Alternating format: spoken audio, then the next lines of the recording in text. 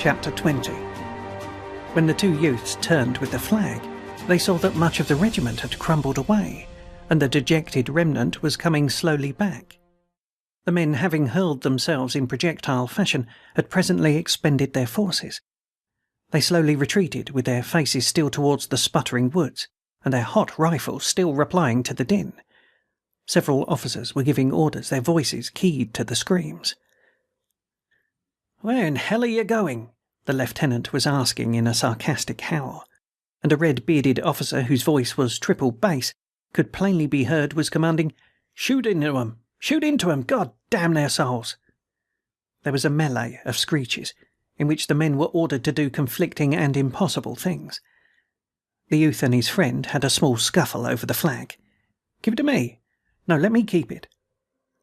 Each felt satisfied with the other's possession of it, but each felt bound to declare, by an offer to carry the emblem, his willingness to further risk himself. The youth roughly pushed his friend away. The regiment fell back to the stolid trees. There it halted for a moment to blaze at some dark forms that had begun to steal upon its track. Presently it resumed its march again, curving amongst the tree trunks. By the time the depleted regiment had again reached the first open space, they were receiving a fast and merciless fire. There seemed to be mobs all about them. The greater part of the men, discouraged, their spirits worn by the turmoil, acted as if stunned. They accepted the pelting of the bullets with bowed and weary heads. It was of no purpose to strive against walls. It was of no use to batter themselves against granite. And from this consciousness that they had attempted to conquer an unconquerable thing, there seemed to arise a feeling that they had been betrayed. They glowered with bent brows, but dangerously, upon some of the officers, more particularly upon the red-bearded one with the voice of triple brass. However, the rear of the regiment was fringed with men who continued to shoot irritably at the advancing foes. They seemed resolved to make every trouble. The youthful lieutenant was perhaps the last man in the disordered mass. His forgotten back was toward the enemy. He had been shot in the arm. It hung straight and rigid. Occasionally he would cease to remember it and be about to emphasize an oath with a sweeping gesture. The multiplied pain caused him to swear with incredible power. The youth went along with slipping, uncertain feet. He kept watchful eyes rearward. A scowl of mortification and rage was upon his face. He had thought of a fine revenge upon the officer who had referred to him and his fellows as mule drivers, but he saw it could not come to pass. His dreams had collapsed when the mule drivers, dwindling rapidly, had wavered and hesitated on the little clearing, and then had recoiled. And now the retreat of the mule drivers was a march of shame to him. A dagger pointed gaze from without his blackened face and was held toward the enemy, but his greater hatred was riveted upon the man who, not knowing him, had called him a mule driver. When he knew that he and his comrades had failed to do anything in successful ways that might bring the little pangs of a kind of remorse upon the officer, the youth allowed the rage of the baffled to possess him. This cold officer upon a monument, who dropped epithets unconcernedly down, would be finer as a dead man, he thought. So grievous did he think that he could never possess the secret right to taunt truly in answer. He had pictured red letters of curious revenge. "We are mule drivers, are we?" And now he was compelled to throw them away. He presently wrapped his heart in the cloak of pride and kept the flag erect. He harangued his fellows, pushing against their chests with his free hand. To those he knew well he made frantic appeals, beseeching them by name. Between him and the lieutenant, scolding and near to losing his mind with rage, there was felt a sudden subtle fellowship and equality. They supported each other in all manner of hoarse, howling protests. But the regiment was a machine run down. The two men babbled at the forceless thing. The soldiers who had heart to go slowly were continually shaken in their resolves by a knowledge that comrades were slipping with speed back to the lines. It was difficult to think of reputation when others were thinking of skins. Wounded men were left crying on this black journey. The smoke fringes and flames blustered always.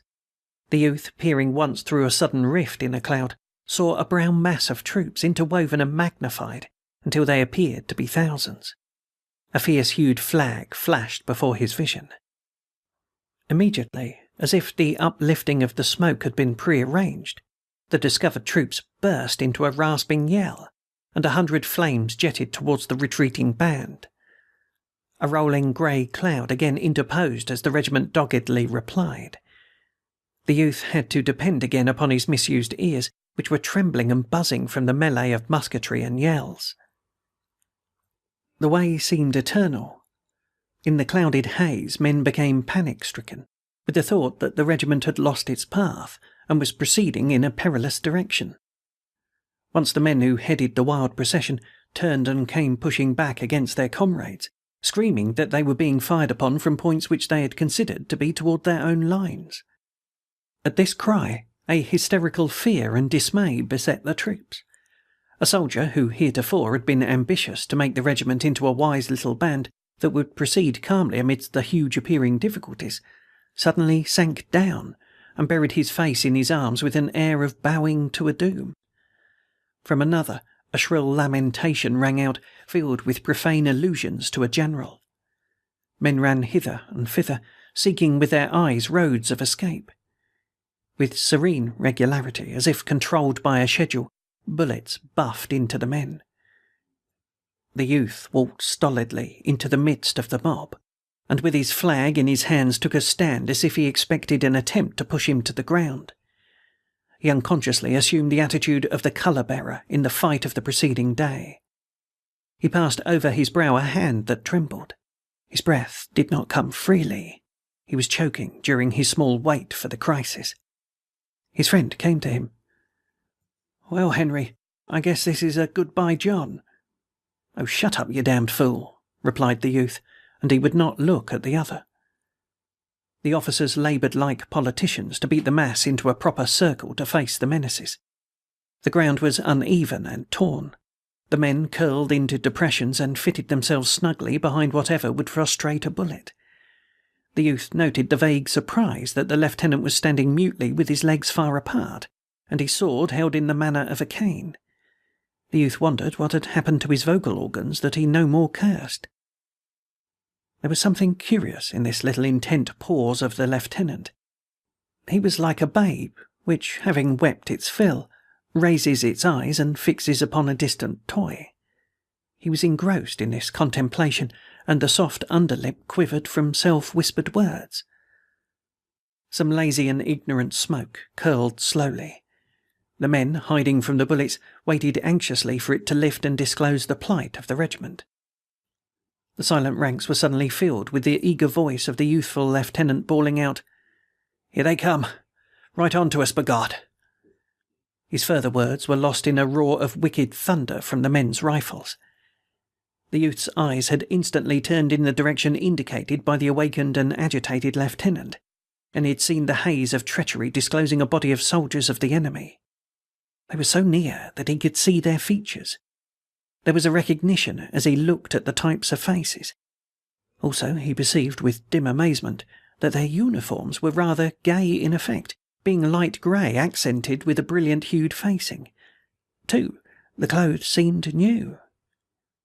These troops had apparently been going forward with caution, their rifles held in readiness, when the youthful lieutenant had discovered them and their movement had been interrupted by the volley from his blue regiment.